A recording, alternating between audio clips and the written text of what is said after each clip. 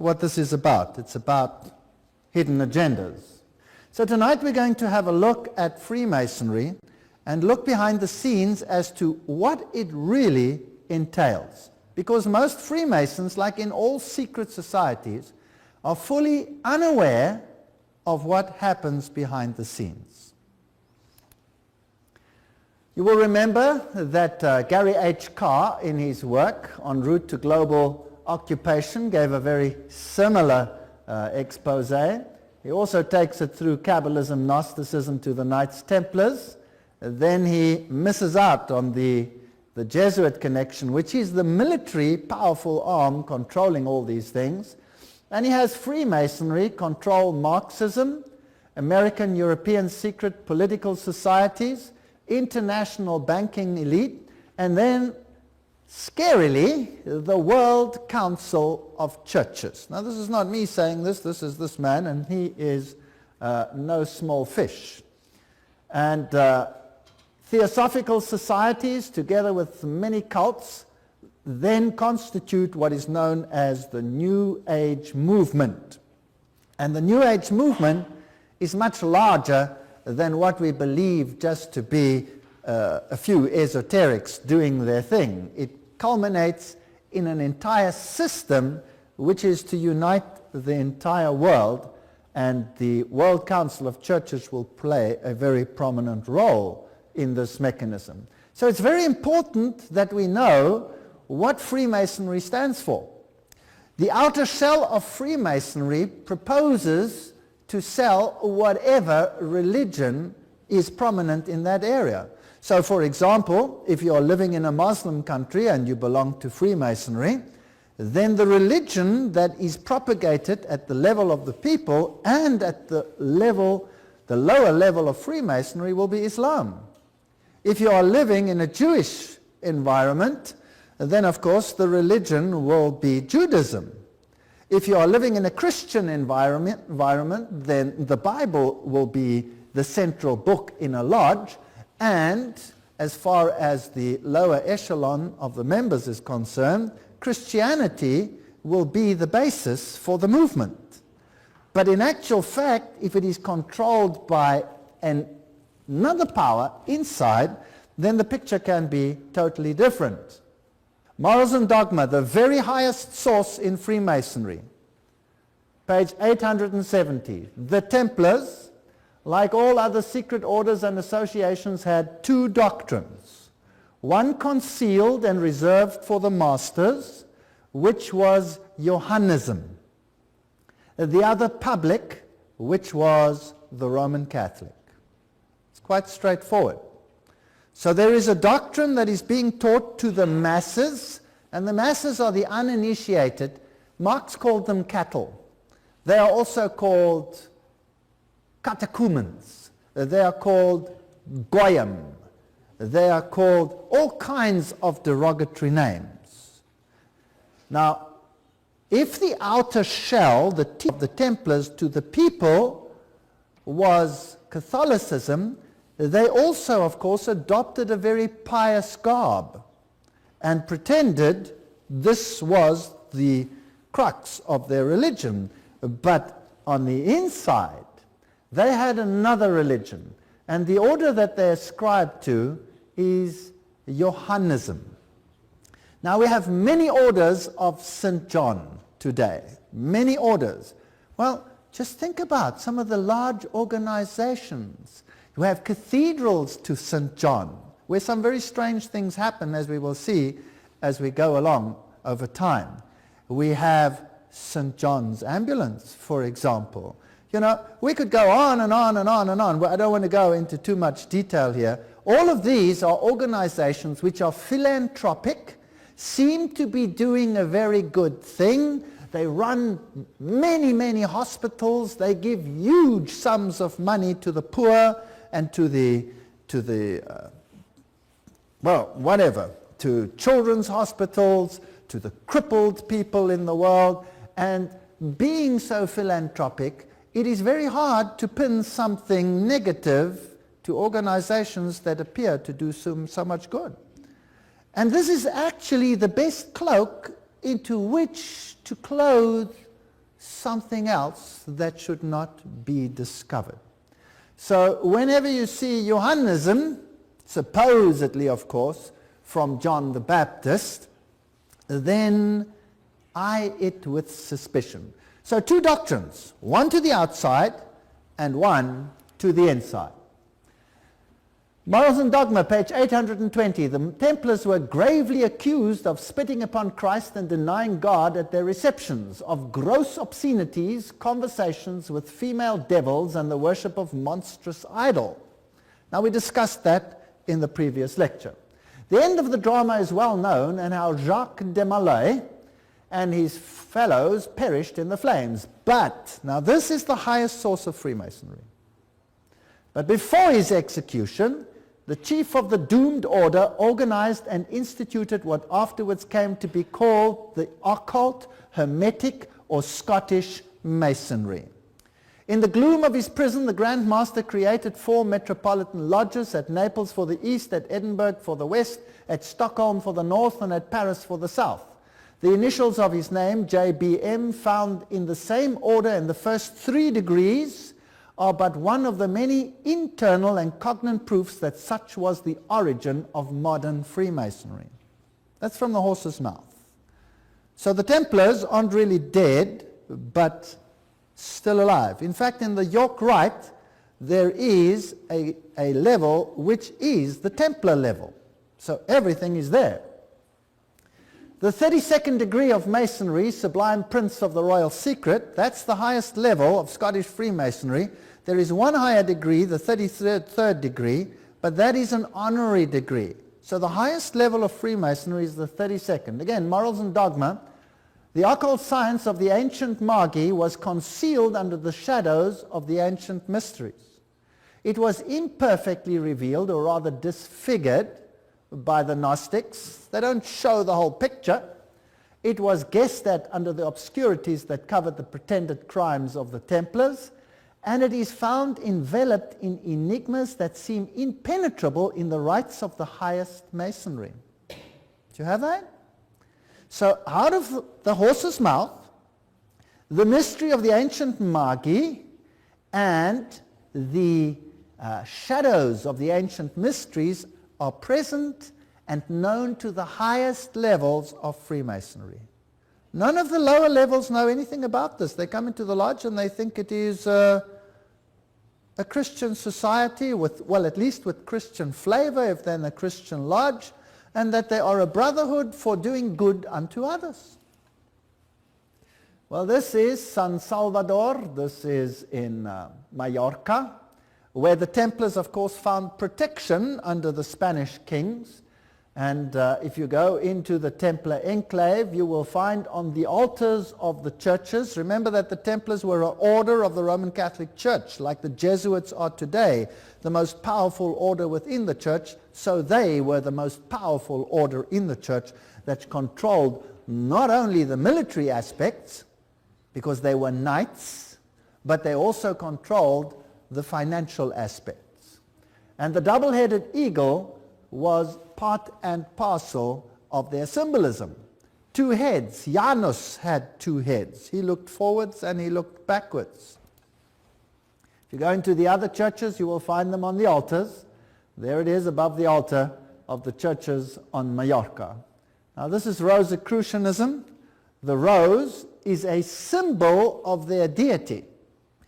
Well, here are some of the occult teachings of Rosicrucianism, where you have the ziphirots, the levels that you can attain to, and this is pure Kabbalism.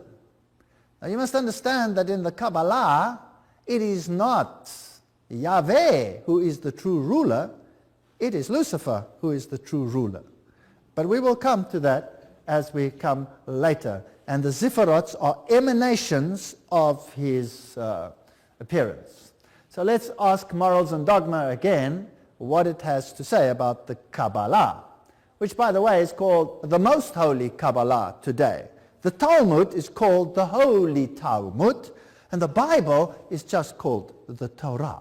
Isn't that strange?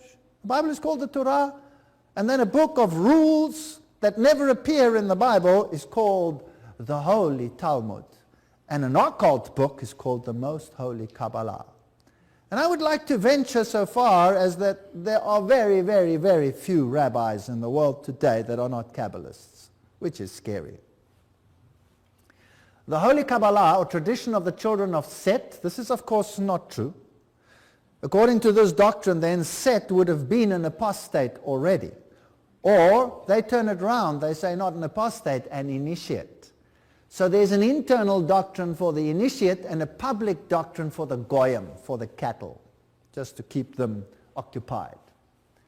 Tradition of the children of Set was carried from Chaldea by Abraham, taught to the Egyptian priesthood by Joseph, recovered and purified by Moses, concealed under symbols in the Bible, revealed by the Savior to St. John, there you have it again, the Johansonites, and contained entire under hieratic figures analogous to those that all antiquity in the apocalypse of that apostle. Okay, so now he's turned everything around. Abraham, Joseph, Moses were all initiates, and what they taught to the people was drivel, let's put it that way, to keep them happy and to keep them uninformed.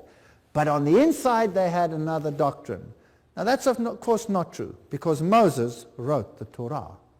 And everything they believe is the opposite of what the Torah teaches. And the Kabbalah, that book, turns the Torah upside down and makes it occult. The three great lights of the lodge are symbols to us of the power, wisdom, and beneficence of the deity. They are also symbols of the first three sephirots, emanations of this deity, according to the Kabbalah. So the Kabbalah is very, very central in this story. We read on. Every Masonic lodge is a temple of religion, although they are told that it is not a temple of religion. Here, Morals and Dogma says it is a temple of religion, and its teachings are instructions in religion. This is true religion revealed to the ancient patriarchs. Now we've seen that they've turned the ancient patriarchs upside down into occultists in order to sell this to the people, of course, which Masonry has taught for many centuries and which it will continue to teach as long as time endures. Okay, thank you. Let's ask some questions, and we'll ask Masonry to answer it. And the sources we will use are only the highest Masonic writings. And the Freemasons that will be asked to give answers will be of only the very highest degree. So Albert Mackey, he wrote the Encyclopedia of Freemasonry. You cannot get a better source than that. Most of the best lodges, the greatest lodges, have the Encyclopedia of Freemasonry, and he was a 33-degree Freemason, which means he was an initiate. Is Freemasonry a Christian organization? If Freemasonry were simply a Christian institution, the Jew, the Muslim, the Brahmin, the Buddhist could not conscientiously partake of its illumination. So it's not a Christian institution. So why is the Bible there? It's there as a symbol, as we saw, of the first three sephirots. Is it Christian? Freemasonry is not Christian, nor a substitute for it. Well, what is it then? Morals and Dogma. Rejecting all the wild and useless speculations of the Zendavesta, the Kabbalah, the Gnostics, and the schools are the religion and philosophy of Masonry. You cannot get it plainer than that. Masonry is a search after light. The search leads us directly back, as you can see, to the Kabbalah. In that ancient and little understood medley of absurdity and philosophy, the initiate will find the source of many doctrines. All truly dogmatic religions, that includes Islam, Buddhism, Hinduism, all of them, have issued from the Kabbalah and returned to it everything scientific and grand and the religious dreams of all the Illuminati, the ones that are illuminated. This is Luciferian language. Jacob Boehmer, Swedenborg, St. Martin, and others is borrowed from the Kabbalah. All the Masonic associations owe to it their secrets and their symbols. Straightforward. There can be no doubt about these issues. The true Mason is therefore not creed-bound, cannot say he's a Christian or a Muslim or a Jew. He realizes with the divine illumination of his lodge that as a Mason his religion must be universal. Christ, Buddha, or Muhammad, the name means little, for he recognizes only the light and not the bearer. He worships at every shrine, bows before every altar, whether in the temple, mosque, or cathedral, realizing with his truer understanding the oneness of all spiritual truth. That's Manly Palmer Hall, the lost keys of Freemasonry. Can you see where World Council of Churches could come in with something like this? Joining all the religions together? Does it start to make the little sound, a little ring a bell or whatever? Well, let's continue. 5 points of fellowship: foot to foot, knee to knee, breast to breast, hand to back, mouth to ear. These are identical to those used in the Druidic rite of witchcraft, and very similar to those used in other rites such as the Gardenian Alexandrian rites. Now, Alexandria, that's where the occult knowledge was maintained. It was maintained in Alexandria and in Rome. Everything else in between was destroyed. We'll come to that a little later. There where Christianity flourished, it no longer exists. Islam exists there. And from Alexandria and later from Rome emanated the new religion. Passing a secret name or chant from mouth to ear is ancient magical practice reflected in the Hebrew word Kabbalah. So it's a secret religion. Now, why is the King James Bible on the altar? Masonry has nothing to do with the Bible. It is not founded upon the Bible, for if it were, it would not be Masonry, it would be something else. The Digest of Masonic Law, page 207 to 209. So it's not the Bible. The Bible is there as a what? As a symbol.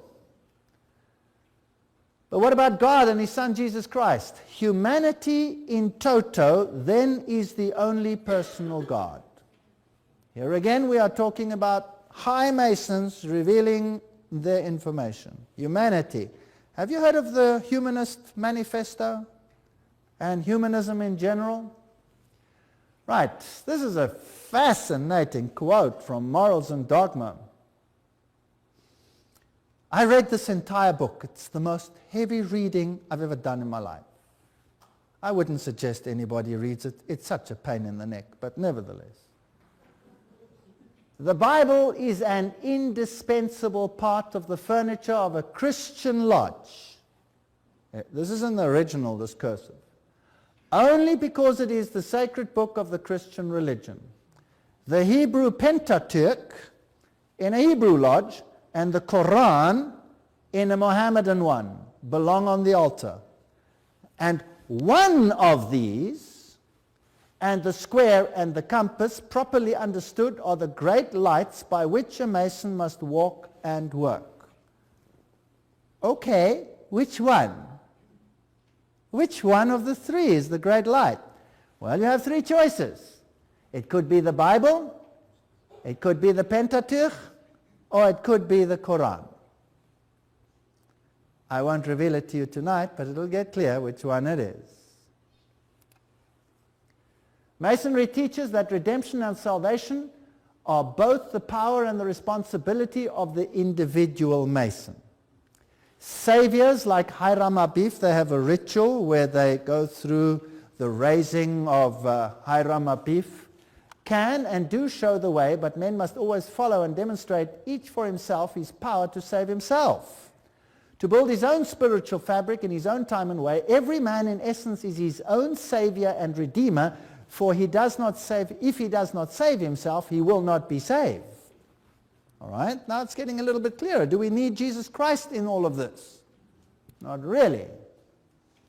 The Masonic author Pearson admits the Masonic legend stands by itself, unsupported by history or other than its own traditions, yet we readily recognize in Hiram Abif, this is the one who is symbolically raised from the dead when a Mason in his ritual is called out of the coffin to rise up and receive new life. We recognize Osiris of the Egyptians, the Mithras of the Persian, the Bacchus of the Greek, Dionysius of the fraternity of the Artificers, and Attis of the Phrygians, whose passion, death, and resurrection were celebrated by these people respectively. So in other words, the ancient religion which counterfeited the religion of salvation in Jesus Christ is the religion of Masonry. So it's the old pagan religion which has another deity. Now how do we know if all of these have exactly the same ritual that Jesus went through? How do we know which one is right? The answer is the book of Daniel in chapters 8 and 9 give the precise time when the Messiah would be born and the circumstances. And that is why the Jews have placed a curse on anyone who numbers the 70 weeks, because then you would find out who the real Messiah is. So none of these could qualify for a Messiah because none of them had been predicted to the letter. So if we look at their symbolism, you will find it there. You will find the obelix, which is a symbol of the male organ of Osiris, which got lost when he was disseminated, and Isis put him together and built the missing piece. Well, let's not go into too much detail. Anyway, she did manage to get pregnant by it and give birth to Horus. So here we have the Egyptian. You will see here the Torah, the Ten Commandments. You'll see candlesticks. You'll see pyramids. You'll see Egyptian worship. You will see sun worship. All of it in their symbolism. Here is a ritual of the raising of Hiram Abif. Here is the book, The History of Freemasonry. And you'll notice the symbol over there at the top, the all-seeing eye, which is also the symbol of the Jesuits. Remember, in the previous lecture, we showed that the Jesuit order created Freemasonry, wrote its rituals, and we gave all the quotes. Everything has been done. You can look it up in the previous lecture.